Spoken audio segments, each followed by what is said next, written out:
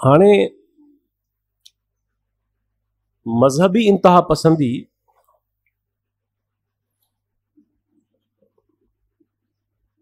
जूं के न मखसूस शिकलियूं आहिनि ऐं न उनजा के रुगो मखसूस हिकिड़ा हिकु सबब आहिनि। ॾाढो कॉम्प्लेक्स मामिलो आहे।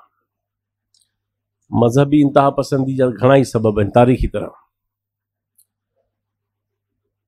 ऐं मजहबी इंतहा पसंदी रुगो मुसलमाननि में कोन थी ॾिसिजे, पर मजहबी इंतहा पसंदी हिंदुस्तान में भी आहे, जो सेकुलर मुल्क आहे। सही चओ, इसराइल में भी आहे, जो निहायत एडवांस समझी वेंदी आहे सोसाइटी, त काफ़ी पढ़ियल लिखियल सोसाइटी आहे।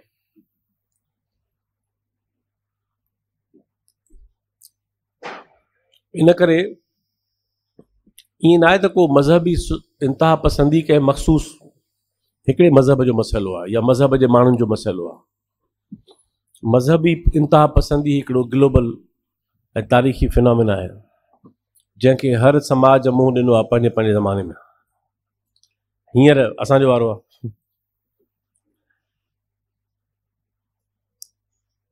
इन करे मुसलमान जिते बि घणाई में आहिनि उन्हनि समाजनि में इहो वॾो मसइलो आहे। ऐं सभिनी खां वधीक मसइलो मज़हबी इंतहा पसंदी जो पाकिस्तान में ई आहे। पाकिस्तान खां अलावा मिस्र में बि आहे। हाणे इंडोनेशिया में बि हींअर ज़ोर पियो वठे। ऐं सऊदी त हुई इंतहा पसंद रियासत आहे ऐं इस्लामी बि न आहे। जॾहिं इस्लाम में मलूकियत आहे ई न त पोइ छाजी इस्लामी रियासत आहे। जॾहिं इस्लाम में बादशाहत आहे ई कोन त पोइ मलूकियत जो निज़ाम कीअं इस्लामी थींदो।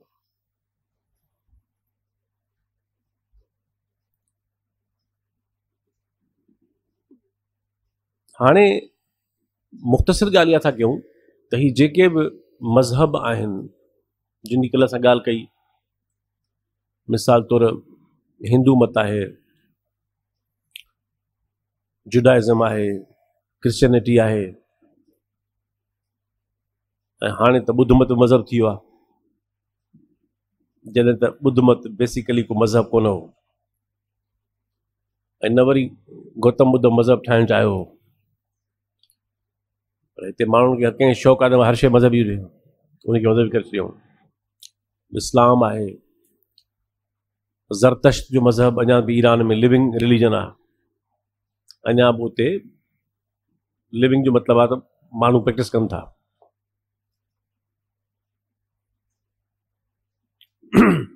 इएं बिलीफ सिस्टम्स तमामु घणा आहिनि। सिख मत हिंदुस्तान में उन सां बि साॻी कार्रवाई थी आहे। बाबा नानक हिकिड़ो ॾाहो माण्हू हो, हिकिड़ो मिस्टिक हो, शाइर हो, इंसान दोस्त हो, पंहिंजे समाज जो बाग़ी हो, ज़ात पात जे निज़ाम जे ख़िलाफ़ हो, मर्दनि ऐं मायुनि जी बराबरी जो क़ाइल हो। उन खे बि मज़हब करे छॾियो ऐं इहो सभु पोयनि कयो अथसि। पाण त उनजो को मज़हब ठाहिण जो इरादो कोन हो। पर बहरहाल इहे सभु दुनिया में मज़हब सम्झा वञनि था ऐं मज़हब आहिनि। ऐं मूं तव्हांखे चयो त हिकिड़ा आलमगीर मज़हब आहिनि इहे सभई, माना इहे आलमगीर मज़हब आहिनि, इन्हनि जा मञींदड़ पूरी दुनिया में हर जाइ ते मिलनि था। पर उन खां अलावा बि दुनिया में बिलीफ सिस्टम्स तमामु घणा रहिया आहिनि ऐं मौजूदु आहिनि। मज़हब आलमगीर त हिकिड़ो मुकमल त उहो हिकिड़ो इंस्टीट्यूशनलाइज़्ड हिकिड़ो मामिलो आहे, पर बिलीफ सिस्टम्स तमामु घणा आहिनि। माना माण्हुनि जे अक़ीदनि जा हिकिड़ा सिस्टम्स आहिनि जेके दुनिया में काफ़ी जाइनि ते तारीख़ में घणा रहिया आहिनि। हाणे आहिस्ते आहिस्ते वञी पर अञा मौजूदु आहिनि। हाणे असांखे उन्हनि सां को बि मसइलो कोन्हे। हर माण्हू जी मर्ज़ी आहे त ज़िंदगी जीअं बि गुज़ारणु चाहे, जहिड़े बि अक़ीदे सां गुज़ारणु चाहे ऐं अक़ीदे खां सवाइ गुज़ारणु चाहे, उहा उनजी पर्सनल लाइफ आहे। ऐं उन माण्हू खे हक़ु हुअणु खपे, हर माण्हू खे हक़ु हुअणु खपे त उहो बिलीफ जी लाइफ थो गुज़ारे या लाइफ विदाउट बिलीफ, उहो उनजी मर्ज़ी आहे।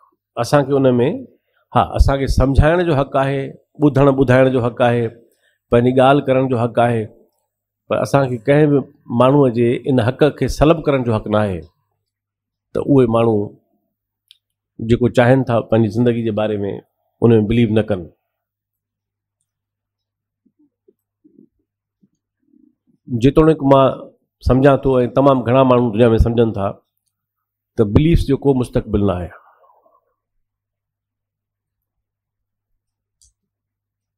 साइंटिफिक थॉट जी इवोल्यूशन ऐं जेको पहिरें ॾींहुं चयोसीं Baconian method, scientific method, scientific approach, उहा ॾींहों ॾींहुं इंसान खे एतक़ादनि मां कढी ईंदी आहे। इहा असांजी पक आहे, पर असांजे लाइफ टाइम में कोन थींदो, पर इहा पक आहे त इंसान तेज़ी सां जिंदु छॾाईंदो वेंदो बिलीफ्स जी, ऐं हुनजा के बि ठहियल ठुकियल इनहेरिटेड बिलीफ्स लॻे थो त कोन हूंदा। माण्हू पंहिंजी ज़िंदगी पंहिंजे सोच आहार गुज़ारींदो ऐं पर हाणे इहो लॉन्ग टर्म आहे, फ़िलहालु उन खे त छॾियूं था, फ़िलहालु वठूं जेका इंतिहा पसंदी आहे उन ते ॻाल्हायूं। हाणे तव्हां ॾिसो त जेके बि मज़हब आहिनि, जीअं असां कल्ह ॻाल्हि कई त मज़हब बि इंसानी ज़िंदगी जे इर्तिका जो हिसो आहिनि। यानी इंसान जे सोच जो सफ़र, जिते उन में इंसान फ़लसफ़ा डेवलप कया, हुन अदब तख़लीक़ कयो, जिते हुन साइंसी सफ़र कयो, जिते हुन सियासी सफ़र कयो, समाज साज़ी कई, रियासत ठाही, घणी ख़फ़ा कई सभु, मईशत, तमदुन, तहज़ीब, कल्चर, ये सभु इंसानी ज़िंदगी में को तय थियल शयूं त कोन हुयूं। ईअं त कोन हो त पहिरें ॾींहुं खां हर शइ तय थी पई।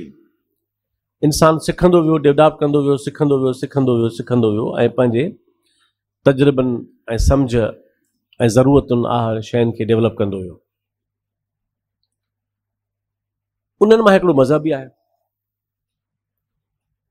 जीअं असां फ़लसफ़े जी ॻाल्हि कयूं था, अदब जी ॻाल्हि कयूं था, साइंस जी ॻाल्हि कयूं था, सियासत जी ॻाल्हि कयूं था, रियासत जी ॻाल्हि कयूं था, इन्हनि सभु कल्चर जी ॻाल्हि कयूं था, तहज़ीब, तमदुन, इल्मु, सम्झ, त ज़ाहिर आहे उन में माण्हुनि जा एतिक़ाद बि शामिल आहिनि। ईअं न आहे त माण्हुनि जी ज़िंदगी में एतिक़ाद असां पंहिंजी ख़्वाहिश सां, इंसानी तारीख़ जो डिघो ज़मानो इंसान उन्हनि सां गुज़ारियो आहे। अञा बि दुनिया जी मेजॉरिटी एतिक़ादनि में रहियल आहे। अॼु बि दुनिया जी अक्सरियत उहा एतिक़ादनि में रहण वारी आहे, भली मग़रिब हुजे या मशरिक़ हुजे। हाणे मसइलो, ऐं इहे सभई जेके मज़हब या बिलीफ सिस्टम्स आहिनि, इहे पंहिंजे पंहिंजे हालतुनि जी पैदावार बि हुआ।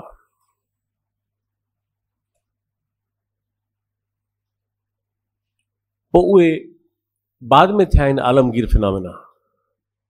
हर बिलीफ सिस्टम में हर मज़हब लोकलाइज़्ड हो, पहिरीं पंहिंजे मक़ामी हालतुनि जे आधार आयो, मक़ामी मुआशरे खे सुधारण जे लाइ आयो, ऐं पोइ उहो ज़ाहिर आहे जीअं जीअं फैलियो आहे, वधियो आहे, ॿाहिरि पहुतो आहे, त उहो ग्लोबलाइज़ थींदो वियो आहे। न त हर मज़हब पहिरीं त लोकलाइज़्ड हो। हज़रत ईसा अलैहिस्सलाम खे त हुन इहो कोन को सोचियो हूंदो त को जेको मां अॼु बग़ावत थो कयां यरूशलेम में, या सुभाणे इहो मज़हब रोम ताईं पहुचंदो। जंहिं रोम जे पावर खे रद्द कयो न, जंहिं रोम सां टकर खाई हो मारिजी वियो, शहीद कयो वियो, हुनखे इहा ख़बर त कोन्हे त उहा रोमन एम्पायर क्रिश्चन थी वेंदी 300 सालनि में।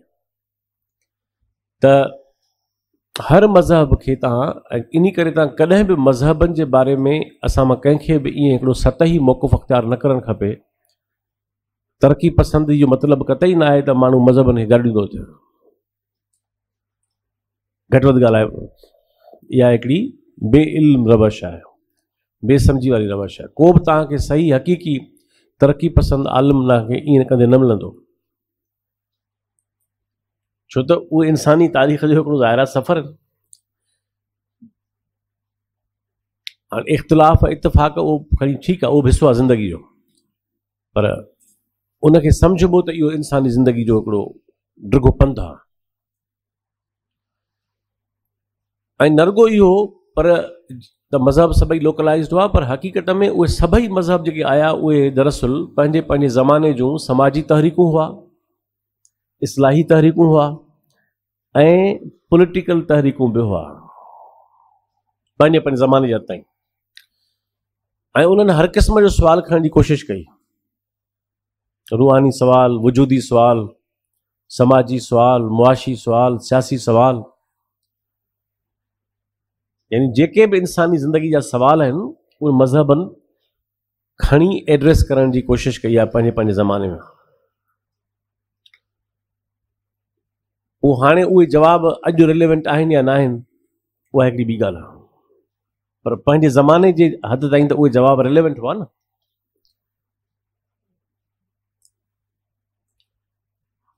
मसइलो मज़हबनि जो एतिरो न आहे, ऐं न वरी कंहिं पैगंबर, कंहिं बि पैगंबर को माण्हुनि खे चयो त तव्हां ॿियनि सां नफ़रत कयो या तव्हां माण्हुनि खे घटि सम्झो,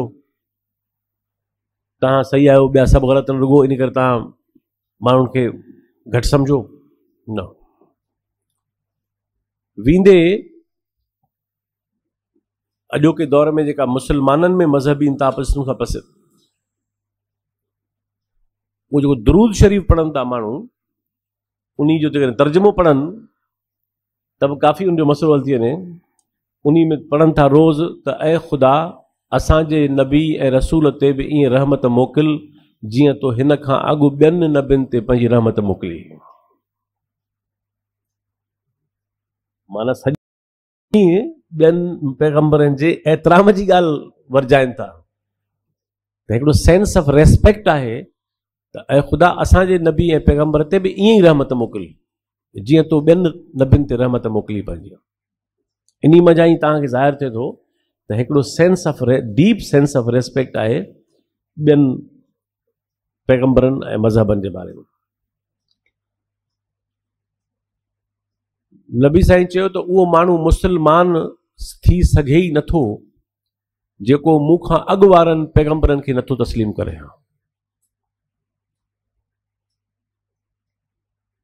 कहिड़ो डीप सेंस ऑफ रेस्पेक्ट आहे।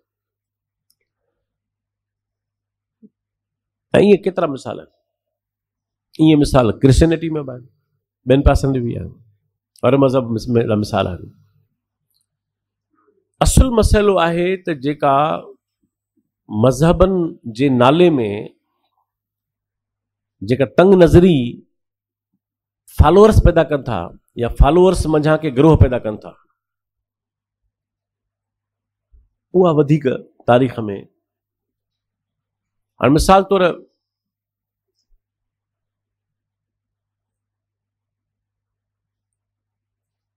हिंदुस्तान जे अंदरि ज़ात पात जो निज़ाम है,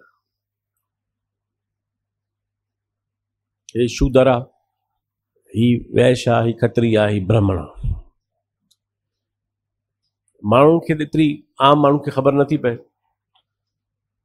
त इहो निज़ाम त दरअसल हिते जे मक़ामी माण्हुनि जे ख़िलाफ़ धारे न अची ठाहियो।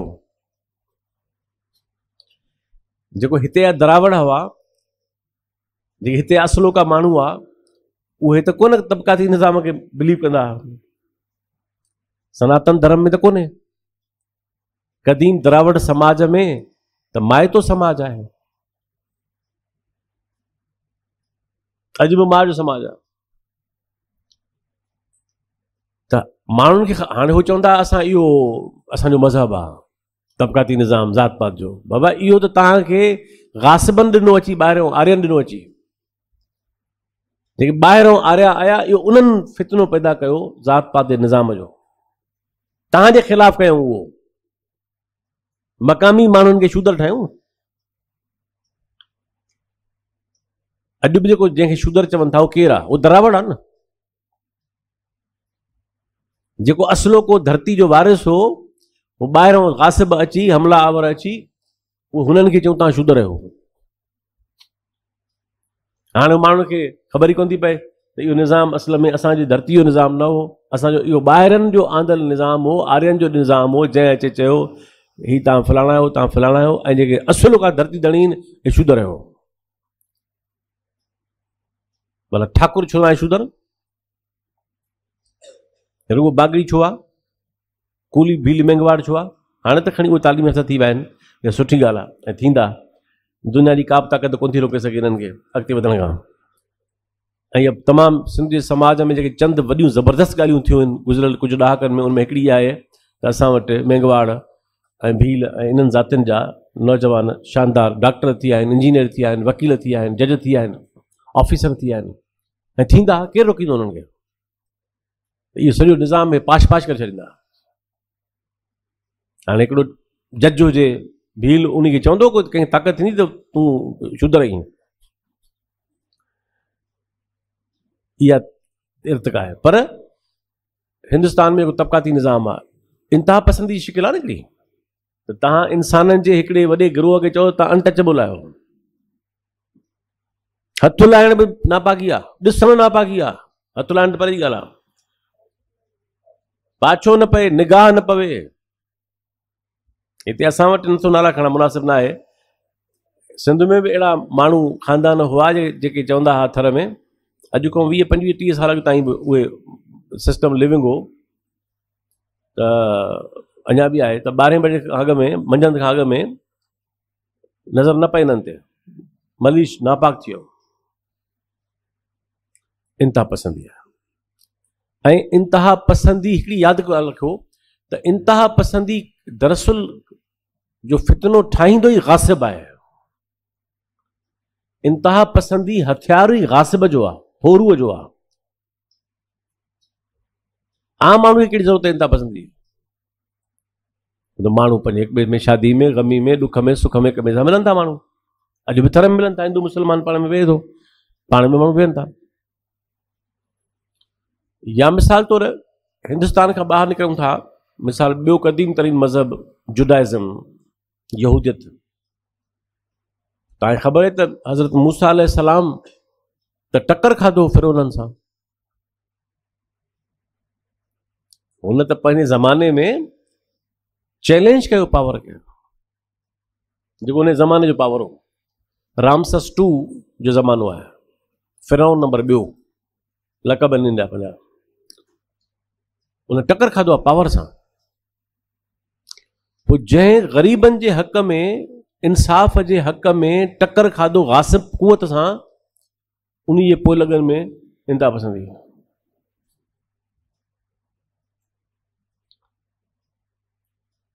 हाणे चवंदा we are chosen people of God, you can not be a Jew, Jews R born. यहूदी जाए ॼम खां हूंदो आहे, उहो तायुन मथां थींदो आहे, उहा रजिस्ट्रेशन मथे थींदी आहे, रजिस्ट्रेशन हेठि नाहे थींदी हुनजी।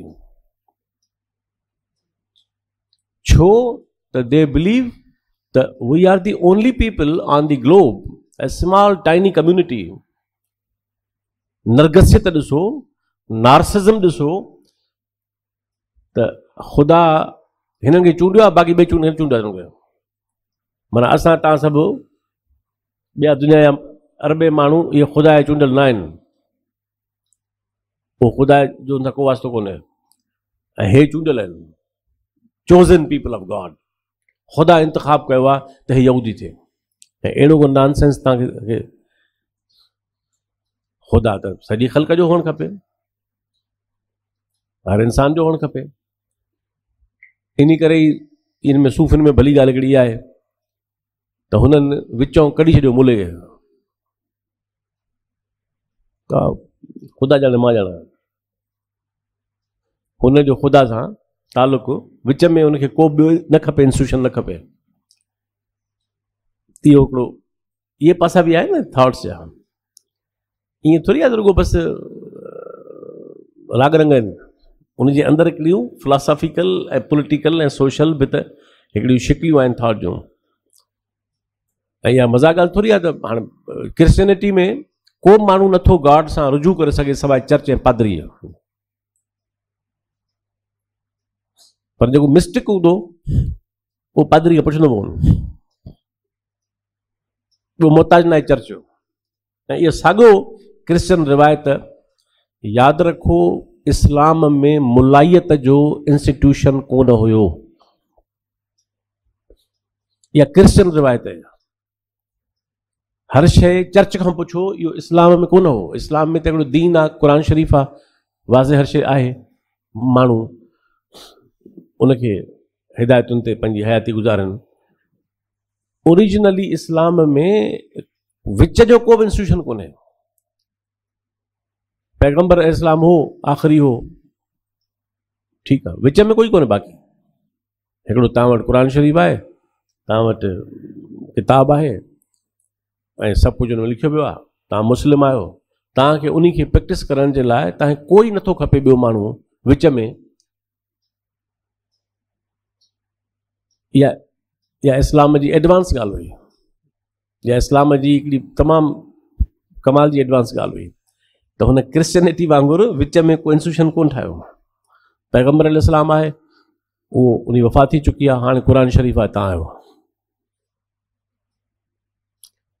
इहा जेका इंस्टीट्यूशन आहे मुलायत जो, इहा क्रिश्चियन रिवायत आहे। इहा उतां आई आहे असां वटि।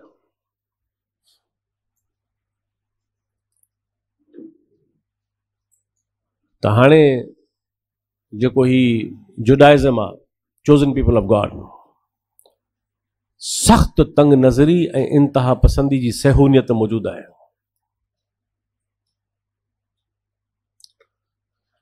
ऐं तव्हांखे ॿुधी हैरत थींदी, हज़रत ईसा अलैहिस्सलाम बि यहूदी हो। हुनजा फॉलोअर ईसाई, जेके ईसा अलैहिस्सलाम जा फॉलोअर आहिनि उहे ईसाई थिया न। ईसा अलैहिस्सलाम त पाण जू, ही वॉज बॉर्न जू, ही डाइड जू। वेंदे न्यू टेस्टामेंट जेको आहे उहो बि ईसा अलैहिस्सलाम जे वफ़ात खां पोइ लिखियो वियो आहे। इस्लाम जो केस ॿियो आहे। इस्लाम में नबी साईं was the first Muslim. He himself was the first Muslim. जंहिं किताब लिखियो आहे न, लेस्ली, द फर्स्ट मुस्लिम। उन पोइ था चऊं त हज़रत ईसा अलैहिस्सलाम यरूशलेम में, नज़रत में ॼाओ, नज़रत में वॾो थियो। ऐं हाणे तारीख़ ते जंहिंमें नज़रत नाले को बि शहर मौजूदु न आहे। उहो सभु आसार ई विया, उन्हनि ॾाए छॾिया। इन करे ई ईसा अलैहिस्सलाम जी ज़िंदगी जो घणो अहवाल कोन थो मिले, पको पुख्तो। हालांकि मिसाल नबी साईं जी ज़िंदगी जो ज़रो ज़रो मौजूदु आहे, हर शइ मौजूदु आहे, हर शइ रिकॉर्डेड आहे, हर शइ एविडेंस आहे, उनजी हर शइ लिखी पई आहे। उनजी हयाती में महफ़ूज़ हुई ऐं उनजी हयाती जे 100 सालनि जे अंदरि अबू इसहाक उन्हनि जी पहिरीं सीरत लिखी, first ever biography of profit. हर शइ मौजूदु आहे। पर क्रिश्चियनिटी में ऐं एॾो त पुराणी ॻाल्हि कोन्हे। मिसाल 570 में नबी साईं जी थी आहे विलादत, त 570 माना एतिरा ई साल थिया न ईसा अलैहिस्सलाम खे। पर रिकॉर्ड कोन्हे घणो हुनजो। उन्हीअ यरूशलेम में उथी बि जेको चैलेंज कयो, उन चैलेंज, हुनजा बुनियादी तौर ते नुक़्ता ई ॿ टे हुआ। हुन चयो ही जेको दीन आहे हिन वक़्तु यरूशलेम में, इहो मूसा अलैहिस्सलाम जो दीन न आहे। नाले उन जे में आहे, नाले उन जे में आहे, पर हे दीन उनजो न आहे। छाकाणि त मूसा जो दीन त ग़रीबनि जो दीन हो, उहो त ग़रीबनि जे लाइ हो। हे त अमीरनि जो निज़ाम आहे, हे त अशराफिया जो निज़ाम आहे, हे त ताक़तवर जो निज़ाम आहे, हे त हुक्मरान तबक़नि जो निज़ाम आहे। उन्हीअ यरूशलेम जे पावर चई ही लॉ ऑफ मोज़ेस न आहे, हे मूसा जो कानून न आहे, हे तव्हांजो कानून आहे, हे हुक्मरान तबक़नि जो कानून आहे, पावर वारनि जो आहे। मूसा ग़रीबनि जे लाइ हो। चैलेंज की ऐं ॿियो चैलेंज कई जूलियस सीज़र खे। तव्हां कल्ह ॿुधायो चई जेको जूलियस सीज़र जो आहे उहो उन खे मिलणु खपे, जेको ख़ुदा जो आहे उन खे मिलणु खपे। इहो चई पोइ चई हे सभु कुझु ख़ुदा जो आहे, मतिलबु त हुनखे न मिलणु खपे कुझु बि जूलियस सीज़र खे। ऐं पोइ ज़ाहिर आहे त हुनखे मारे छॾियऊं। उहो इनकलाबी हो, पैगम्बर त हो, पर पंहिंजे वक़्त जो इनकलाबी बि हो। ऐं उहो एॾो पुरअमन माण्हू हो जो पैगम्बर हो जो उनजी चवणी मशहूरु तव्हां ॿुधी हूंदी त पोइ तव्हांखे हिकिड़ी चमाट हणे त ॿियो बि ठाहे ॾियो, सभई शौक़ु पूरो करो।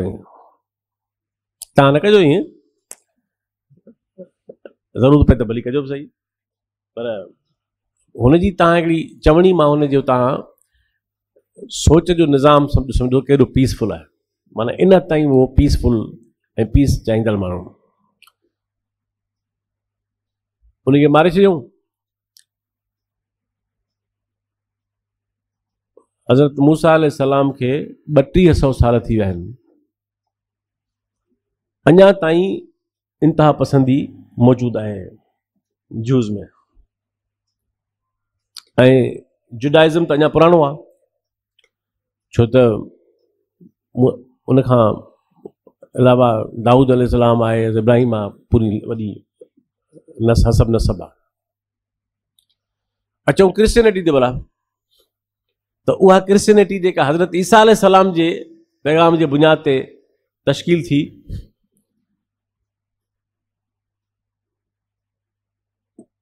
हिकिड़ी ॻाल्हि यादि रखो त तारीख़ ॾाढी अजीब शइ आहे, जो तारीख़ में अज़ीम तरीन तहरीकूं ऐं फ़िक्र बि हिकिड़े ज़माने खां पोइ रद्द तहरीक में ट्रांसफॉर्म थी वञनि था, अंदर ई अंदर, बिना इतला जे। एपरेंटली उहो आहे, अंदर में उहो न आहे। जीअं अॼोको बुद्धिज़्म हिंदू मत आहे, अॼोको बुद्धिज़्म रुगो इहो गेड़ू कपिड़ा पिया हलनि बसि। जेको बि सॼो हिन वक़्तु बिलीफ सिस्टम हुनजो आहे, हाणे वञो इन्हनि मुल्कनि में जिते बुद्धिज़्म आहे, उहे साॻा मंदर लॻा पिया आहिनि। हुन चयो त हुन त ज़िक्र ई न कयो आहे कंहिं भॻवान जो, हाणे उनखे मूर्तियूं रखियो, उनखे पूॼंदा त चऊं उहो न आहे तूं जो आई। ही टोटली गौतम जंहिं निज़ाम जे ख़िलाफ़ बग़ावत थी उभरियो हो, उहो निज़ाम उनखे वरी खाई वियो। हिन वक़्तु जेको जंहिंखे चयो वञे थो बुद्धिज़्म, उहो पंहिंजे जोहर में टोटली उहो ई निज़ाम आहे जंहिंजे ख़िलाफ़ उहो आयो हो। एपरेंटली उहो बुद्धिज़्म आहे।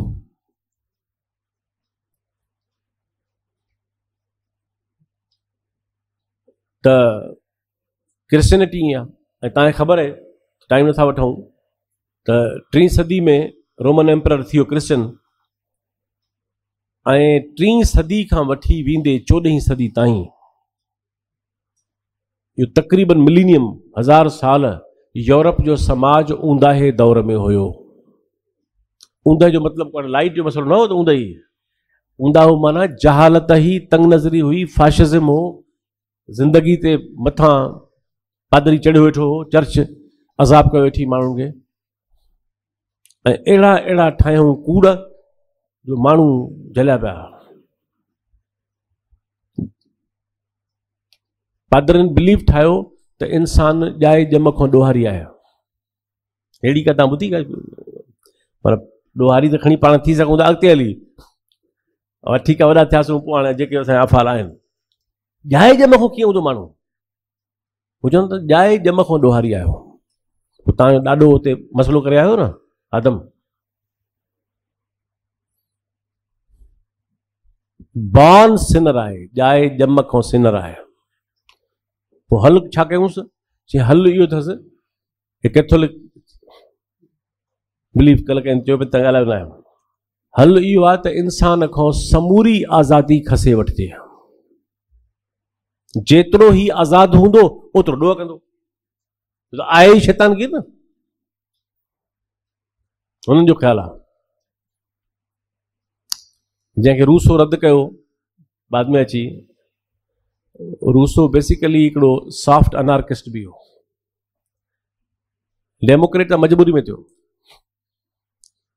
रूसो नेचुरल सोसाइटी में बिलीव कंदो हो, बैक टू नेचर। ऐं रूसो इन ॻाल्हि में बिलीव कंदो हो त इंसान पैदाइशी तरह बेसिकली ईविल न आहे, उहो फज़ीलत सां रही वेंदो, उनखे न खपनि के बि शयूं तव्हांजो, हुनजो ख़्यालु इहो। लॻे थो पाकिस्तान वारा उन ते अमल पिया कनि, लॻे थो त कुझु ई न हुजे, पर रूसो जो हिकिड़ो पंहिंजो वर्चू हो। सो 1000 साल यूरोप में डार्क एज ज़मानो रहियो, साइंस ते बंदिश, शायरी ते बंदिश, अदब ते बंदिश, फ़लसफ़ो त सफ़ा बंदि, समूरा लिबरल आर्ट्स बंदि, सवाल करण बंदि। ऐं रुगो आम माण्हू लाइ न हो ईअं।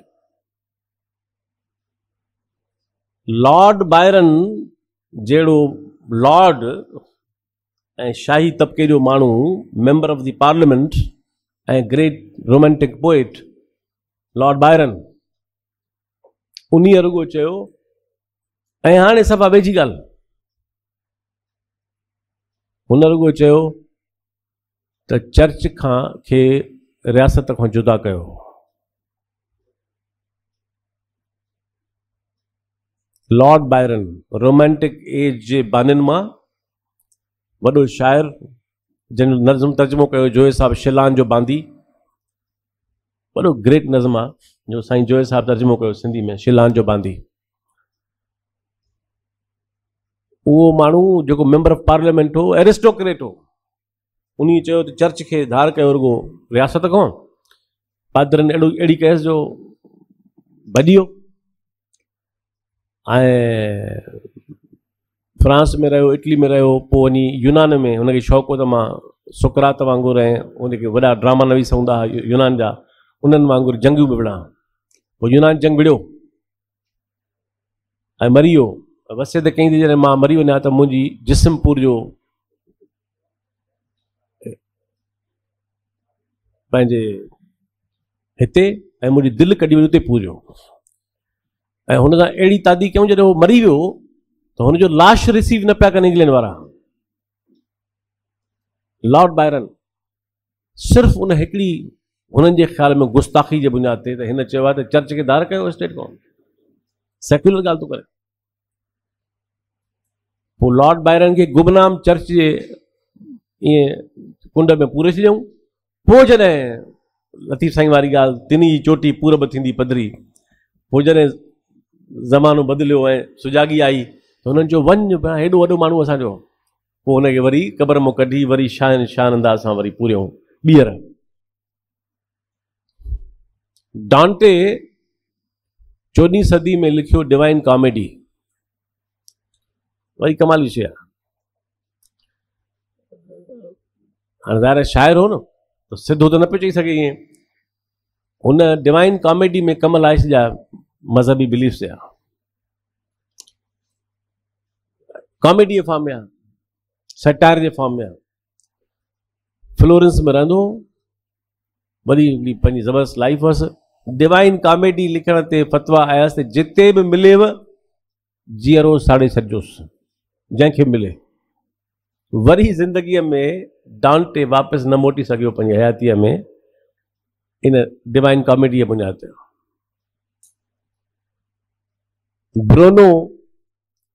ब्रोनो को साइंटिस्ट बि न हो, न वरी फ़लसफ़ी हो।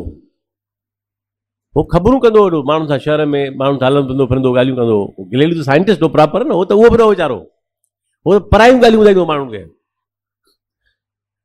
पर ॿुधाईंदो उहे ॻाल्हियूं हो जेके रेडिकल हुयूं। कोपरनिकस ऐं डाविंची वारी ॻाल्हियूं उनखे जीरो साड़े जियो। तूं वरी रोज़ तो ख़बरूं कंदो अथई चर्च जे ख़िलाफ़।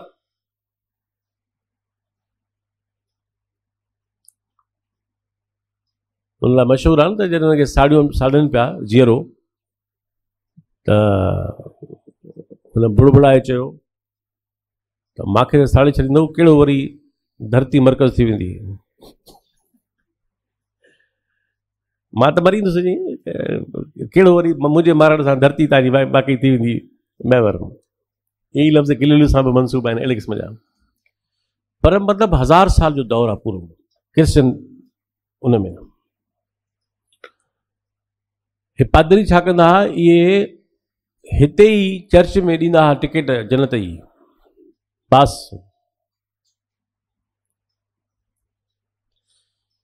बीमार माण्हू जे लाइ चवंदा हुआ त इलाज कराइण ख़ुदा जी नाफ़रमानी आहे। छो त बीमारी त माण्हू खे तव्हांखे सज़ा तौरु मिली आहे, बीमारी कुझु सज़ा आहे कुदरत जी। हाणे तव्हांखे कुदरत सज़ा पई ॾे, तव्हां वरी इलाज पिया करायो, माना इहा त नाफ़रमानी थी न। तव्हांखे त बीमारी में खे भोगणु खपे न, जो पनिशमेंट आहे। ये यूरोप ॾिठो पिया न हाणे एॾो मुहज़िब फसाद थो पियो आहे, इन मां गुज़री आयो आहे बाहिनि मां। इलाज कराइण ते हितां ॿुधाइनि न त किसा त असां वटि बि कूड़ हिकिड़ा मशहूरु आहिनि घणा, हर समाज में कूड़नि जो हिकिड़ो पैकेज आहे वॾो हिकिड़ो। उन हिकिड़ो कूड़ आहे त जोड़ा आसमान ते ठहंदा आहिनि, बुछड़ा थींदा ज़मीन ते, ठहंदा उते। अहिड़ी तव्हां ॿुधी का हराम पाई त हिकिड़े माण्हूअ खे पंहिंजी हयाती गुज़ारणी आहे, उनखे पंहिंजे लाइ को लाइफ पार्टनर जी चूंड करणी आहे, उहो जोड़ो वरी ठहंदो आसमान ते आहे, रहंदो कासमाबाद में, रहंदो मातली में ऐं जुॾे में, ठहंदो आसमान ते। अहिड़ी तव्हां ठगी ॿुधी? इहा ई ठगी यूरोप मां या क्रिश्चन इन चर्च वारे रिवायत मां आई आहे असां वटि। इहो चवण उतां आई आहे। छो त शादी पसंदि जी करणु ॾोहो। हिते इस्लाम एडवांस हो तमामु घणो, जो नबी साईं पंहिंजी ज़िंदगी में ई घणनि शयुनि खे तब्दील करे छॾियो, पंहिंजी हयाती में ई तब्दील करे छॾियईं।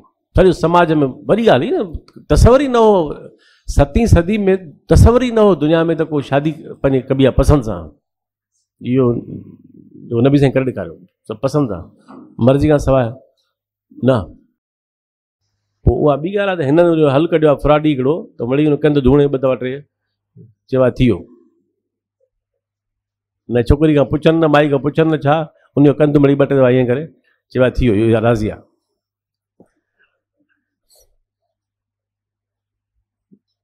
पर ओरिजिनली त इहो कमाल जी ॻाल्हि आहे त इस्लाम माण्हुनि खे राय ॾिनो त बाबा माण्हुनि खे पंहिंजो फ्रीडम आहे त पंहिंजी चॉइस कनि पंहिंजी, ऐं इहा कमाल जी ॻाल्हि हुई। इन खां इहा तमामु एडवांस ॻाल्हि हुई।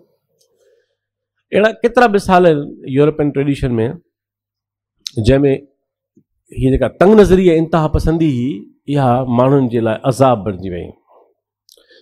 माना तव्हां ॿुधो आहे जेको फ़िरक़ो प्रोटेस्टेंट जंहिंखे चवंदा आहिनि, प्रोटेस्टेंट, इहो फ़िरक़े ते नालो बि एब्यूज़ मां पियो आहे। दोज़ हू प्रोटेस्ट, माना फॾई सवली सिंधी में एहतिजाजी, मतिलबु हे जेको नालो आहे मथां पियो हुननि जे, इहो हुननि रखियो आहे हुननि जे मथां, त हे फॾई आहिनि, हे एहतिजाज था कनि। हे त मार्टिन लूथर खे हिकिड़ी फेवर हुई, 2 फेवर हुअसि जंहिं करे बचाव थियुसि। हिकिड़ी फेवर इहा हुअसि त उहो अमीर माण्हू हो, पाण एरिस्टोक्रेट हो, उहो ग़रीब जो ॿार न हो जेको लताड़जी वञे। ॿियो उनखे फेवर इहा आई त जर्मनी ऐं इटली जो पाण में तारीख़ी टकर हो। जर्मनी इटली जी सुपरमेसी खे न मञींदी, वेटिकन सिटी उते हुई, वॾो तारीख़ी तरह टकर हो जर्मनी जो इटली सां। जॾहिं लूथर मूवमेंट शुरू कई ऐं ख़त लिखणु शुरू कया पोप खे, त जर्मन खे पंहिंजो नेशनलिज़म बि ज़हन में आयो, त वाह इहो कमु थियो, इन माना इटली जी अथॉरिटी खे चैलेंज करण वारो माण्हू अची वियो। हुन चैलेंज डायरेक्ट कोन कयो, पर इनडायरेक्टली जेको क़ौमी तज़ाद हो जर्मनी इटली जो, उहो बि इन में कमु आयो ऐं लूथर जे कमु आयो। मां त लूथर जे ॻोठ बि वियो आहियां, उनजे घर बि कमाल माण्हू हो। इहा ॿी ॻाल्हि आहे त मज़दूर दुश्मन बि हो। केतिरा वॾा माण्हू तारीख़ जा आहिनि, उन्हनि में ख़राबियूं बि वयूं आहिनि। मज़दूर दुश्मन हो, सरमाएदारनि जी हिमायत में हो, चवंदो हुओ कि मज़दूरनि खे छिके रखो कम खे, ऐं इन करे मज़दूरनि जे ख़िलाफ़ु हुनजी वॾी, जीअं मूं तव्हांखे चयो बेकन हेॾो ज़बरदस्त माण्हू हो, पर सख़्तु अपॉर्चुनिस्ट बि हो, साज़िशी बि हो। ईअं केतिरा माण्हू थियनि था। इहो अफ़सोस आहे। असां चाहींदा आहियूं त वॾनि माण्हुनि में का ख़ामी न हुजे, पर उहे बि इंसान हूंदा आहिनि, तो किथे उहे ॾेई था पवनि। सो ईअं तव्हां ॾिसंदव त 1000 साल तारीख़ आहे जंहिंमें सॼो समाज इंतिहा पसंदी वर चढ़ियल हो। पोइ रेनेसेंस टाइम जो असांजो टाइम मौज़ू न आहे त रेनेसेंस मूं तव्हांखे उन्हनि चयो त दुनिया में अलाए तमामु घणा 7000 किताब पिया आहिनि, पर सिंधी में बि मुंहिंजो इन ते 2001-2 जो लेक्चर आहे जेको छपियल आहे, ऑनलाइन बि मौजूदु आहे वीडियो में ऐं प्रिंटेड फॉर्म में बि आहे। यूरोप में नई सुजाॻी जो दौरु, उहो ऑनलाइन किताब मुंहिंजे में पियो आहे, उहो तफ़सील सां पढ़ी सघो था। त पोइ छा थियो, असांजो हींअर मौज़ू उहो न आहे। ऐं कुझु असां ॻाल्हि करे चुकासीं पहिरें ॾींहुं, पर रेनेसेंस जो ओवरऑल माना बुकेशो ऐं पेट्रार्च ऐं डाविंची ऐं कॉपरनिकस ऐं पोइ इहा सॼी इटली मां तहरीक हले थी, ऐं पोइ पूरे यूरोप में age of reason, age of enlightenment, reformation जी एज, पोइ इहो थींदो थींदो वेंदे इनकलाब फ्रांस 19th सेंचुरी, पोइ सॼो यूरोप ट्रांसफॉर्म थियो। पर ॿुधाइण जो मतिलबु इहो हो त मज़हबी इंतिहा पसंदी क्रिश्चियन सोसाइटी में 1000 साल खां वधीक रही ऐं बदतरीन रही। असां उनजो तसवुरु नथा करे सघूं। मतिलबु हुननि जी सज़ा जेका आहे न, मुरतद लाइ उहा जीअरो साड़णु हूंदी। जीअरे साड़ण खां घटि सज़ा कोन्हे आहे। यू कैन इमेजिन त जीअरो साड़ण इंसान जे लाइ छा, त मतिलबु माण्हू तसवुर खां ॻाल्हि ॿाहिरि आहे। ईअं ई तव्हां ॾिसंदव त इंतिहा पसंदी अक़ीदे जे फॉर्म में जैननि में बि रही आहे, ॿुधनि में बि। जॾहिं तव्हां ऑर्थोडॉक्सी आणींदव, सिद्धार्थ त ईअं कोन हो, गौतम त ईअं कोन हो, पर उनजे फॉलोअर्स में ऑर्थोडॉक्सी अची वई काफ़ी हद ताईं, बिलीफ जी ऑर्थोडॉक्सी। उहा ॿी ॻाल्हि आहे त खणी ठीकु आहे, बुद्धिस्ट वायोलेंट न आहिनि, वायोलेंट न आहिनि, मजबूरी में थिया कुझु टाइम जो हुननि ते खे मारियो वियो वियतनाम में, ॿियनि जायुनि ते 70s में। हा, पर ॾिसो न, बेसिकली हिकिड़ा इंतिहा पसंद गिरोह आहिनि, उन्हनि खे बुद्धिस्ट चवणु न खपे उसूलन। हिकिड़ा फाशिस्ट आहिनि, माण्हुनि खे मारनि था, उनखे असां अहिड़े अज़ीम माण्हू जे निस्बत सां चऊं त भाई इहे बुद्धिस्ट आहिनि, फाशिस्ट गिरोह आहिनि। ईरान में ज़रतश्त, जंहिंखे उहे पैगंबर चवनि था पंहिंजो, ऐं पैगंबर जो मतिलबु आहे पैगाम आणींदड़ या पैगाम ॾींदड़। सो उहो कमाल जो इंसान हो, तव्हांखे मुकलम ॻाल्हि ॿुधाई। तो बहतल वजूदी बि हो, शाइर बि हो, ॾाहो बि हो, ऐं समाजी अॻवान बि हो, सभु शयूं हुअसि। त ज़रतश्त जी फ़िक्र जे अॻिते हली ॾिसो तारीख़ केॾी दिलचस्प आहे। जीअं क्रिस्टनटाइन एम्परर क्रिश्चियन थी वियो यूरोप में, ईअं सासानी सल्तनत ज़रतश्ती थी वई।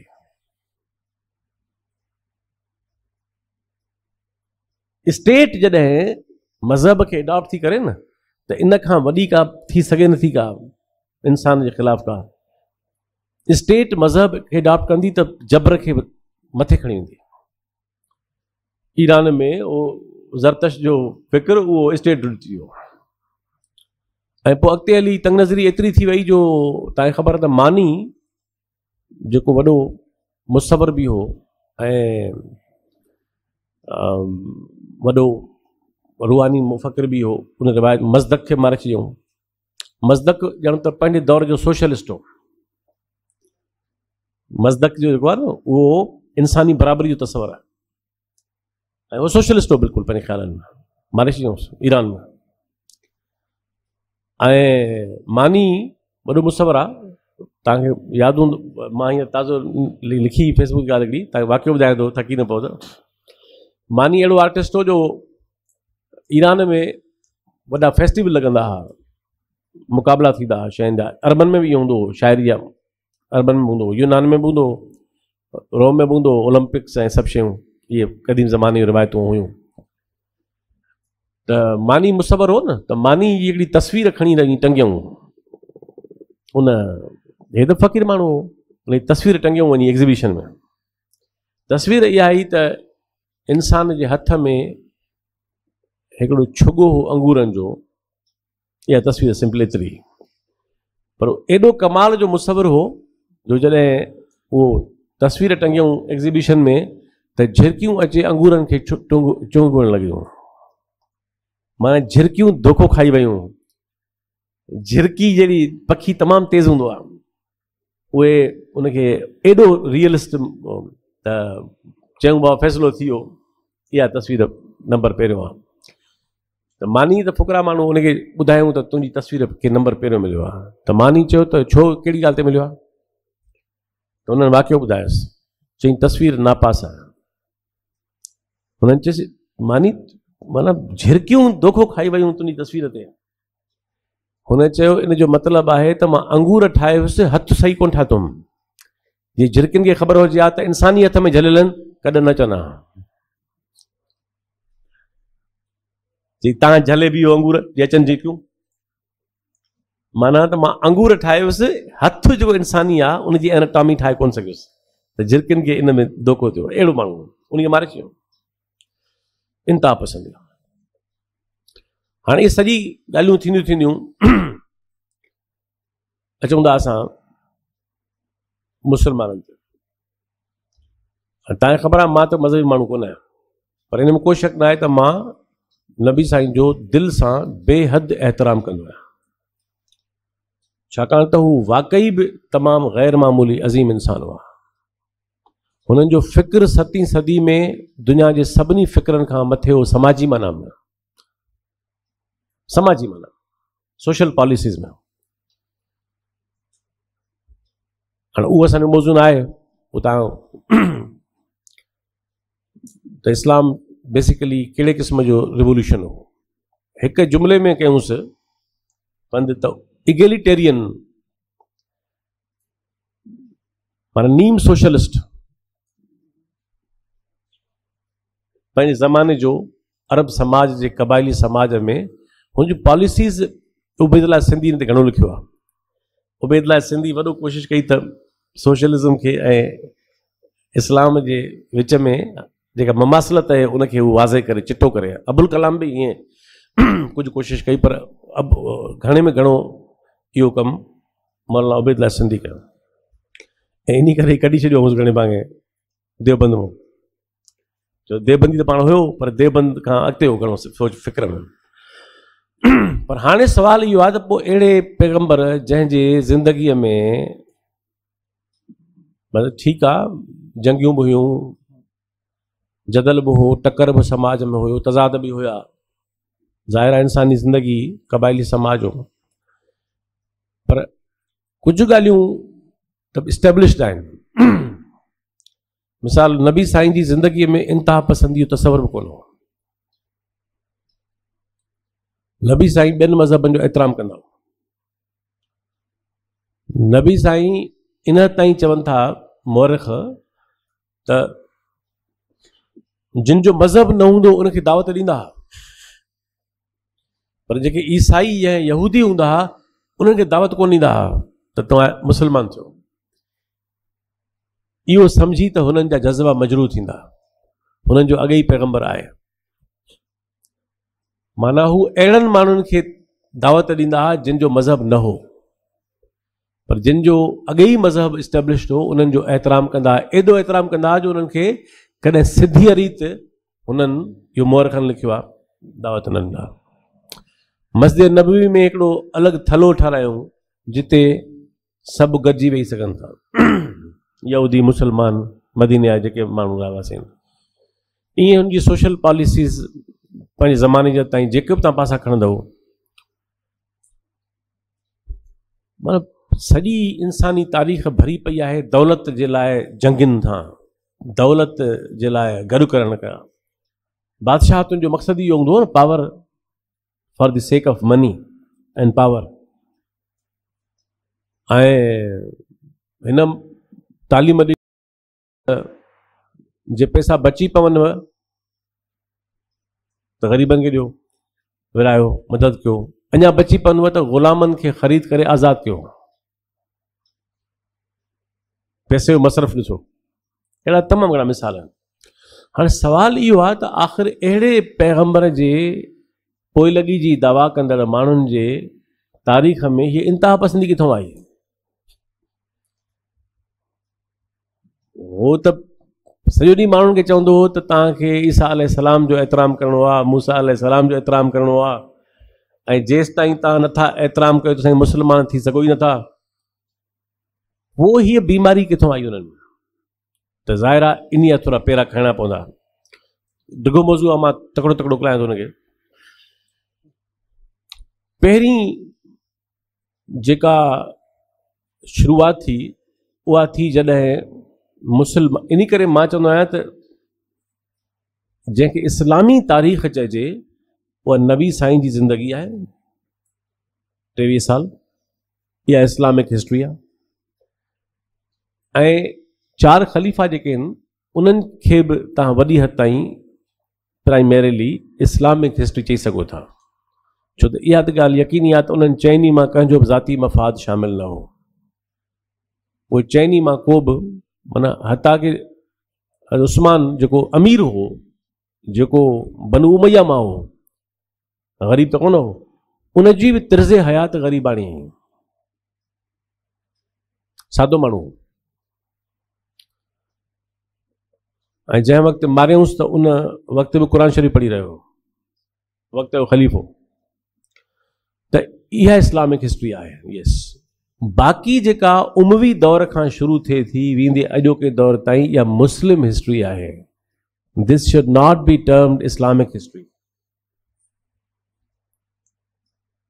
This should be termed as Muslim history. हा ठीकु आहे, मुस्लमान तारीख़ आहे। त इहा बि हिकिड़ी मफ़रूज़ आहिनि त तव्हांखे इस्लामी तारीख़ चई लहणनि ई कोन था इहो।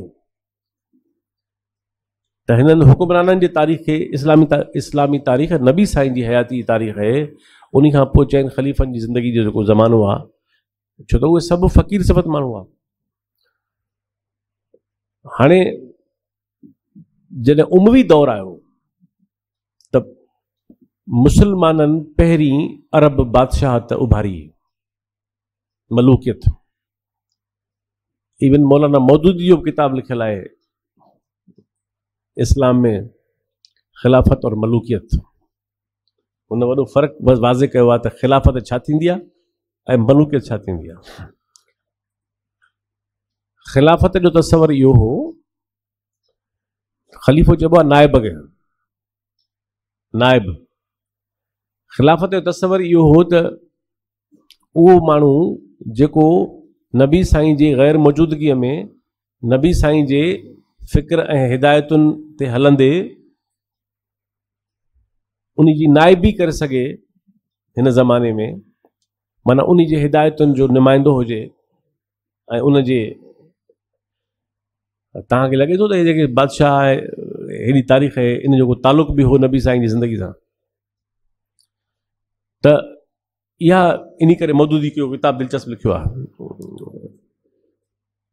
त उमवी दौर जेको आहे उहो दरअसल अरब बादशाह जो दौर आहे। हाणे जेको इस्लामी इनकलाब हो उहो बादशाह त खाई वई। उहो इस्लामी इनकलाब त मुआशिरे सुधारण जे लाइ हो, उहो त सोशलिस्ट क़िस्म जो इनकलाब हो पंहिंजे ज़माने जो। उन में त ग़रीब परवरी हुई, उन में त इंसाफ़ जी ॻाल्हि हुई, बराबरी जी ॻाल्हि हुई।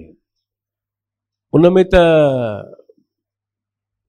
माना हर मज़हब जे, ॿियनि जे काफ़ी मज़हबनि में हिरारकी आहे ग़रीब ऐं अमीर खे धार करे बीहारण जी। हिन में ॿई गॾु आहिनि।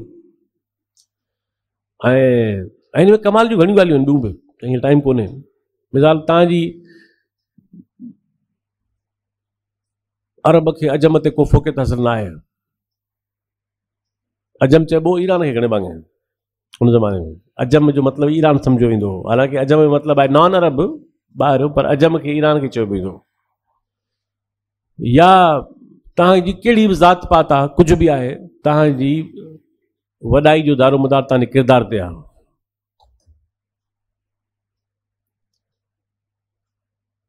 लतीफ़ साईं जी सिट रहे त दात न आहे ज़ात ते जो वहे सो लहे। ॻाल्हि साॻी इहा ई आहे। त हीअ जेका अरब बादशाह, त हाणे ज़ाहिर आहे बादशाह जॾहिं ईंदा त उन्हनि खे काज़ी खपंदा न। बादशाहनि खे पंहिंजो निज़ाम हलाइण लाइ लेजिटिमेसी खपे न हिकिड़ी। भला हज़रत अबू बकर जे ज़माने में मुलाई त छो कोन आई, हज़रत उमर बिन ख़िताब जे ज़माने में छो कोन आई, अली साईं, हज़रत अली साईं त इहो बि कयो कमु जो जेको जो काज़ी हो उनजे मथां चई काज़ी कज़ात मां पाण आहियां, आख़िरी दर मुंहिंजो आहे, जिते हुनखे इहो त मतां बेइंसाफ़ी करे हू त ॿियो बि मथां हुअणु खपे जेको उनखे ॿीहर रिविज़िट करे ॿीहर ॾिसे। माना एतिरो इंसाफ़ खे इंश्योर कंदा हुआ। हे बादशाह जी आहे, इन करे जे क्रिश्चन रिवायत ई पापाइत जी उहा हिते अची वई। हाणे कहाणी डिघी आहे तमामु। वरी 500 साल दौर अची वियो अब्बासी। अब्बासिन जो दौर, हाणे उमवी दौर दरअसल अरब बादशाहत जो दौर आहे, जंहिं इस्लाम जे असली इनकलाबी जोहर खे पसे पुश्त रखे ऐं बादशाहत खे इस्तेवार कयो, जेको नबी साईं जो दगु ई न हो। हाणे अची वियो अब्बासिन जो दौर ऐं घणे में घणो उहो हलियो 500 साल हलियो। हाणे अब्बासिन जो दौर जेको आहे उहो वरी ईरानी तर्ज़ हुक्मरानी आहे। दिलचस्प ॻाल्हि इहा आहे, उमवी दौर अरब बादशाह जो दौर आहे ऐं जेको अब्बासी दौर आहे उहो दौर तर्ज़ हुक्मरानी ईरानी आहे। पोइ शाही लक़ब, दरबारूं, प्रोटोकॉल, दौलत, एग्ज़िबिशन, फरावानी, सवाइ कुझु माण्हुनि जो। कुझु माण्हू हुया, मिसाल हारून रशीद हो, हुन पुटु मामून हो, इहे पढ़िया लिखा घणा, इन्हनि फ़लसफ़े इल्म खे घणो, पाण मोज़लाइट आहे। पर हू जेका रिवायत ई तव्हां हिसाब लॻायो त ॾिसो, तंग नज़री हिकिड़ी बाहि आहे जंहिंमें सभु को सड़ंदो। हाणे हिसाब लॻायो त इमाम अबू हनीफ़े जहिड़ो फ़क़ीह, उन जी मौत कीअं थियो, उन जेल में अथऊं। 4 वॾा फ़क़ीह आहिनि, इमाम अबू हनीफ़ो, इमाम मालिक, इमाम शाफ़ी, इमाम हम्बल। चइनि मां हिकिड़े खे तबाही मौत मिलियो, 3 मरिजी विया। इमाम हम्बल मारिजी वियो, इमाम अबू हनीफ़ो वो जेल में वियो।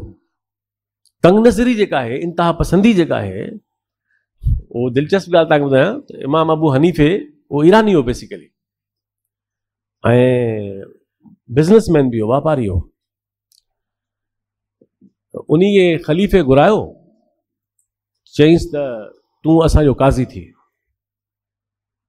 जवाब जो कहिड़े माण्हू कमाल जो त हुन चयसि त मां इन्ही मनसब जे अहल न आहियां। चई तूं कूड़ थो हणी, चई पोइ त सफ़ा अहल न आहियां। जॾहिं कूड़ो आहियां तुंहिंजे ख़्याल में, त पोइ त माना पोइ त काज़ी हुअण ई न खपे न। पोइ इन में सज़ा करे जेल मोकिलियोसि। ज़ोरी काज़ी चई मां अहल न आहियां इन जो। उहो सम्झे पियो त मूंखां ग़लति कमु कराईंदा, मूंखां ग़लति शयूं वठंदा, उहो मां न करे सघंदुसि। उहो जवाबु न, चई न इहो तूं सही ग़लति ॻाल्हि थो करीं, कूड़ थो ॻाल्हाईं, तूं वॾो क़ाबिल आहीं। चई पोइ कूड़ थो ॻाल्हायां पोइ त मां सफ़ार थियणु न खपां, पोइ त मां डिस्क्वालीफाइड आहियां। त अहिड़े उहे घणे भाङे इन जो शिकार थिया। पोइ डिघी कहाणी आहे, पूरो दौर जो वास। मूं तव्हांखे ॿुधायो त हे जेके फ़लसफ़ी ऐं साइंसदान जिन ते मुस्लमाननि में फ़ख्रु थिए थो, असां पैदा कया एतिरा, उन्हनि खे इन्हनि सूर ॾेई मारियो। अल किंदी जेको न खां चोटी ताईं मज़हबी हो, सख़्तु मज़हबी हो, उन कोड़ा आहियूं 50 पुराणप में। अल राज़ी के मथे में एतिरा धक हयूं जो अंधो थी वियो। इब्न सीना जा किताब ते बंदिश विधऊं बाद में, ऐं उहो जलावतन थी लिखंदो हूंदो। इब्न रुश्द खे, हालांकि काज़ी हुयो पहिरीं उंदलस जो, इब्न रुश्द खे जलावतन कयूं, सख़्तु तंग कयूं हुनखे। त तव्हां ॾिसंदव त इहा जेका इंतिहा पसंदी हुई, इहा कंहिंखे बि बख़्शे कोन रही। भला हिते अचूं हिंदुस्तान में, हिकु ॿ मिसाल, औरंगज़ेब जो दौरु, हे अहिड़ा कूड़ हया अथनि निसाबी किताबनि में, चई अहिड़ो अशराफ हो, टोपियूं सिबी खपाईंदो हो, पोइ उन मां गुज़रान कंदो हो, हुयो शहनशाह। अहिड़ी तव्हां हराम पाई का ॿुधी आहे? पुछोसि दुकान किथे हुउसि खपाइण वारो, या घिटिन में खपाईंदो हो, कासिमाबाद में दुकान हुउसि, किथे दुकान हुउसि, किथे खपाईंदो हो इहे टोपियूं खणी? पीउ शहनशाह खे, शाहजहान खे जेल में विधई। मां त आगरे में कोठी बि ॾिसी आयो आहियां जिते उहो क़ैदो, उनखे उते बंदि कयईं। दारा शिकू जहिड़े हेॾे कमाल जे माण्हू पंहिंजे भाउ खे सरकलम कयईं। हे लिखनि था निसाबी किताब में त अहिड़ो दीनदार हो, धीउ ज़ेबुनिसा खे माराईं, हेॾी शाइरा मख़फ़ी लिखियो पियो आहे त अहिड़ो अशराफ हो, दीनदार हो, जो टोपियूं खपाए सिबी, टोपियूं सिबी खपाए गुज़रान कंदो हो, शहनशाह ते हलाईंदो हो टोपियूं सिबी।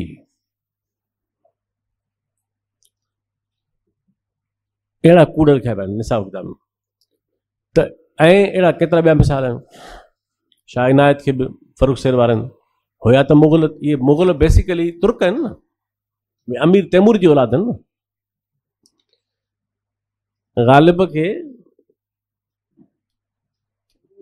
कमु कंदो कोन हो, ख़र्च वॾासि,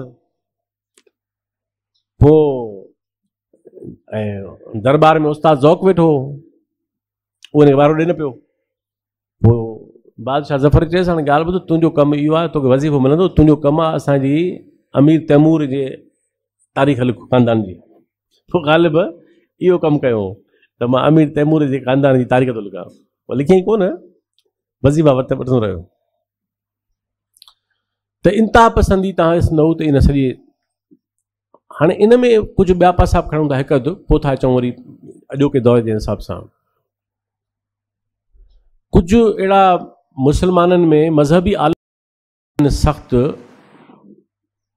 माना फ़िक़ह खे तमामु सख़्तु हिकिड़े अहिड़ो करे छॾियो जंहिंमें तमामु घणी मिसाल, इब्न तैमिया शाम जो हो, 14वीं सदी जो। इब्न खल्दून इन ख़्याल जो हो त जेको बि असांजे तय थियल लाइन जो न आहे उन वाजिबुल क़त्ल आहे।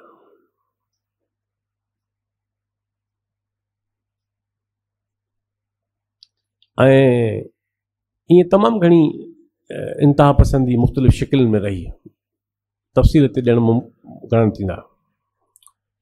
हीउ जेको अब्दुल वहाब 18वीं सदी में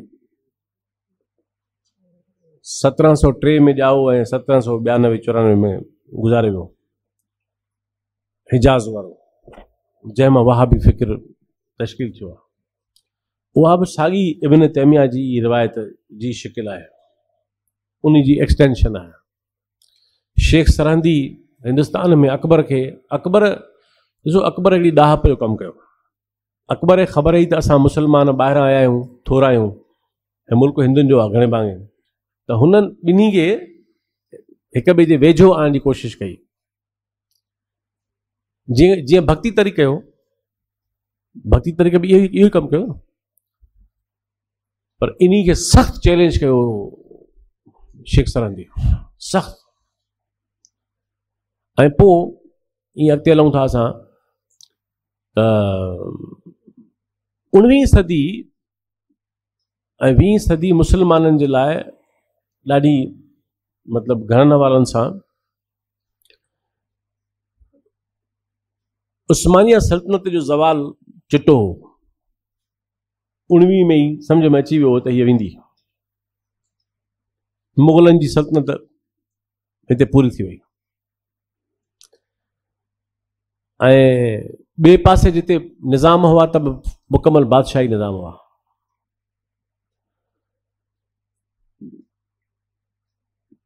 त 19वीं सदी जे अंदरि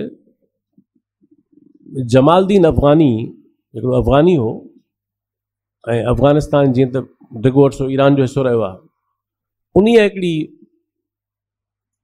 डॉक्ट्राइन डेवलप कयो जंहिंखे चइबो आहे पैंथीज़म, न पैंथीज़म न पैन इस्लामिज़म, सॉरी पैंथीज़म त न, उन ख़िलाफ़ हो पैन इस्लामिज़म। हाणे उन्हनि चयो सॼी दुनिया में मुस्लमाननि खे असां सुठी तरह उहा पैन इस्लामिस्ट, पोइ उनजो शागिर्द अब्दा ऐं रिदा ॿिया घणा उनजा शागिर्द आहिनि, उनजो वॾो इम्पैक्ट रहियो ऐं उन्हनि मंझां वॾी मज़हबी इंतिहा पसंदी डेवलप थी। हिन जमालुद्दीन अफ़गानी सर सैयद अहमद ख़ान जे ख़िलाफ़ बि हिंदुस्तान में किताब लिखिया। 20वीं सदी में मुसलमाननि जो हिकिड़ो वॾो मुंझारो डेवलप थियो जंहिं उन्हनि खे काफ़ी डिस्टर्ब रखियो। उहो इहो त मुसलमान ॾिसे त पियो त उस्मानिया वेंदी हली, हिते मुग़ल पिया हलिया, ऐं इहा बि सम्झ में ॻाल्हि, हाणे मसइलो आहे त हुनखे इहो सम्झ में न पियो आयो त इहे हाणे कॾहिं मोटी कोन ईंदा। इन करे रिवाइवलिस्ट तहरीकूं शुरू थियूं। हाणे मसइलो इहो आहे त तारीख़ जो इदराक न हो त बाबा इहो लकाव हाणे ख़तमु थी चुको, इहो वञी चुको, हाणे दुनिया में इहो वापसि न ईंदो। पर हाणे छो था ॻाल्हियूं कनि ख़िलाफ़त जूं? हाणे कनि न, मज़हबी जमातूं आहिनि, हाणे जमहूरियत खपे असांखे, हाणे जमहूरियत खपे, इलेक्शनूं खपनि, पार्टियूं खपनि, ख़बर आहे त उहो कमु हलंदो कोन। पर 100 साल पहिरीं तव्हां छो न चई रहिया हो इहो? त हुननि खे इहा ख़बर न पई पई त दुनिया तब्दील थी वई आहे, सनअती इनक़लाब आयो आहे यूरोप में, दुनिया में जागीरदारी जे भेट में सरमाएदारी जो उरूज अची वियो आहे, उहो पंहिंजे बहरान जो शिकार आहे, ऐं हे जेके मेडिवल ज़ोर जा जेके निज़ाम आहिनि उहे हाणे हलण जे क़ाबिल न आहिनि। ऐं को त इन करे मुसलमान हे तव्हां जो सम्झंदा आहियो त हे जेके देवबंद वारा, मुंहिंजा पंहिंजा वॾा बि देवबंदी आहे, त जेके देवबंद वारा जो पाकिस्तान जा मुखालिफ़ आहे ऐं कांग्रेस जा हिमायती आहे, तारीख़ हाल में वॾा तारीख़ सबबु छा हुनजो? वॾो सबबु इहो हो त नेशन स्टेट मुसलमान क़बूल न पियो करे, ख़िलाफ़त ई बेसिक सबबु इहो, हिकु क़ौम जी हिकु रियासत या हिकु इलाइक़े जी रियासत अलॻि अलॻि, इहो त ख़िलाफ़त जे ख़िलाफ़ हो न। ख़िलाफ़त माना सेंट्रलाइज़ गवर्नमेंट ग्लोबल, इन मुग़ालते में हो कंफ्यूज़ड हुआ ऐं नतीजे में सो बहरहाल इहो सभु थींदो वियो। हाणे हिकिड़ी ॿी ॻाल्हि मां तव्हां करे पहुचां थो वेझे माज़ी ते, तव्हां केतिरा किताब लिखियल आहिनि ऐं पढ़णु खपनि मज़हबी इंतिहा पसंदी ते, तव्हां पढ़ी हैरान थींदव त हीउ जेको सऊदी अरब खे तुर्की खां पोइ रेडी रखियऊं, इहो सॼो मनसूबो ब्रिटिश जो हो, ब्रिटिश इंटेलिजेंस जो, ऐं इहा तयारी हुननि शुरू करे छॾी 19वीं सदी में। हे जेको सऊदी अरब, सऊद जेको ख़ानदान आहे, उहो सऊद जॾहिं छोकिरो नौजवान तॾहिं खां हुननि जे पेरोल ते हो। किताब लिखिया पिया आहिनि, उन्हनि मां हिकिड़ो किताब हींअर उर्दू में तर्जुमो थी आयो आहे लाहौर में, ऐं ॾाढो पढ़णु जहिड़ो आहे, अखियूं खोलींदड़ आहे। हे जेको वेझे सॼे अरसे में जेको उहो जेका इंतिहा पसंदी डेवलप थी आहे, उहा तारीख़ी तसलसल बि आहे, पर उहा सॼी अमेरिका जी पैदा कयल आहे। हिन सॼी जेका कोल्ड वॉर ज़माने में जेको हिननि खे रूस सां पेट में सूर हो, हिननि खे तयारु करे पाकिस्तान खे इस्तेमालु करे, हे बि इस्तेमालु थियण जा आता वेठा, और सॼो अहिड़ो उनखे बचे तबाहियूं करे।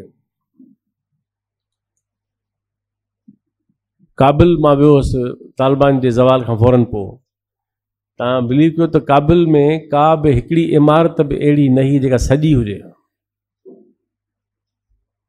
ईअं परुण थियल हो शहर हुयो, पखी न थियो मां शहर में। हाणे हूंदा दूं जंग वार, पखी न हो शहर में, मां नोट कयो।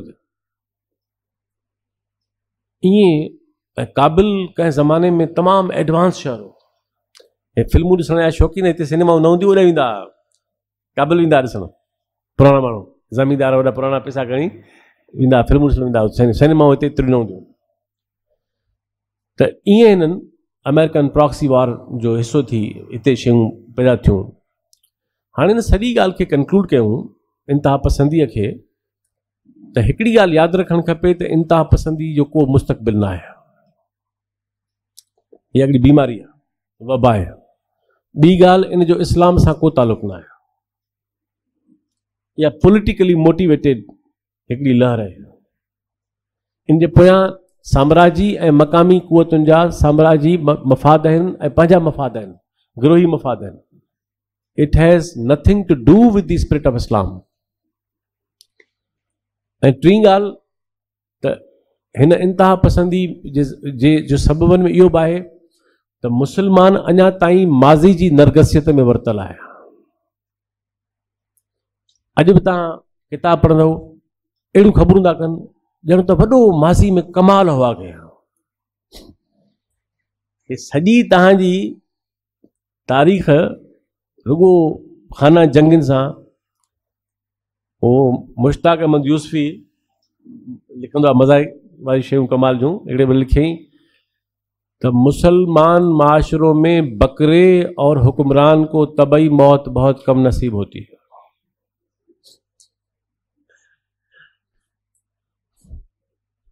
हिसाब त लॻायो तव्हांजी तारीख़ में घणा तबई मौतमूं आहिनि। हाणे तारीख़ कूड़ी पढ़ाए माण्हू खे अॻे कमाल, अॻे मुस्लमान वाजा हूंदा, हाणे ख़राबु थी विया आहिनि। अॻे बि भला माण्हू हूंदा, हाणे बि भला आहिनि। अॻे बि ठग हुआ, हाणे बि आहिनि। अॻे बि ख़राबु हुया, हाणे बि आहिनि। हुक्मरान त अहिड़ा ई बदमाश हुआ घणे मांगे जीअं हूंदा आहिनि। जीअं अॻे वॾो कमाल हो, हर शइ अॻे कमाल हो, हर शइ इहो हे जेको तव्हां ॾिसंदो त हे जेको बि तंग नज़र कुवतूं आहिनि, इनखे माज़ी परस्ती वॾी आहे। हू चाहे थो माण्हू माज़ी में मोटी वञे, जीणो हुनखे हींअर आहे, जीणो हुनखे सुभाणे आहे। ऐं हिन ज़माने में जिते एॾी दुनिया, इन करे इन ॻाल्हि कंक्लूड था कयूं त जेसि ताईं मुस्लमान माशरो तंग नज़र मुलायत मां, जाहिल हुक्मरान तबक़नि मां,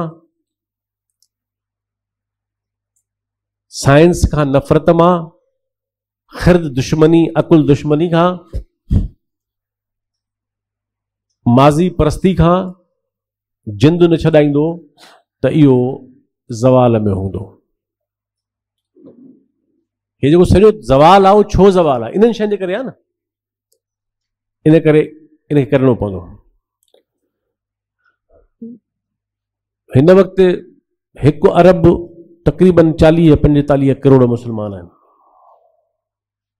तमामु वॾी आबादी आहे ऐं वॾो पोटेंशियल आहे उन्हनि में। 50 खां वधीक मुल्क आहिनि। आहे किथे का डेमोक्रेसी, आहे किथे को कॉन्स्टिट्यूशनल रूल? अञा ताईं तारीख़ जा मतरूक निज़ाम उते हलनि पिया, ख़ासि मिडिल ईस्ट में। त इहा सॼी तफ़सील हुआ मज़हबी इंतिहा पसंदी जा। ऐं आख़िरी ॻाल्हि हिन में त जेको असांजो मौज़ू हाणे हूंदो उन में बि शइ ईंदी, जेसि ताईं हिकिड़ी सेक्युलर सोसाइटी, सेक्युलर जो मतिलबु लादीनत न आहे, इहा ग़लति फहमी आहे। माना स्टेट खे मज़हब खां जुदा न कबो, तेसि ताईं, ऐं ॿियनि शयूं ॿुधाए चुको आहियां त हीउ ज़वाल ठीकु न थींदो। सो मुंहिंजे ख़्याल में हाणे काफ़ी ॻाल्हि वाज़े थी वई हूंदी त मज़हबी इंतिहा पसंदी जो ओवरऑल दुनिया में इहा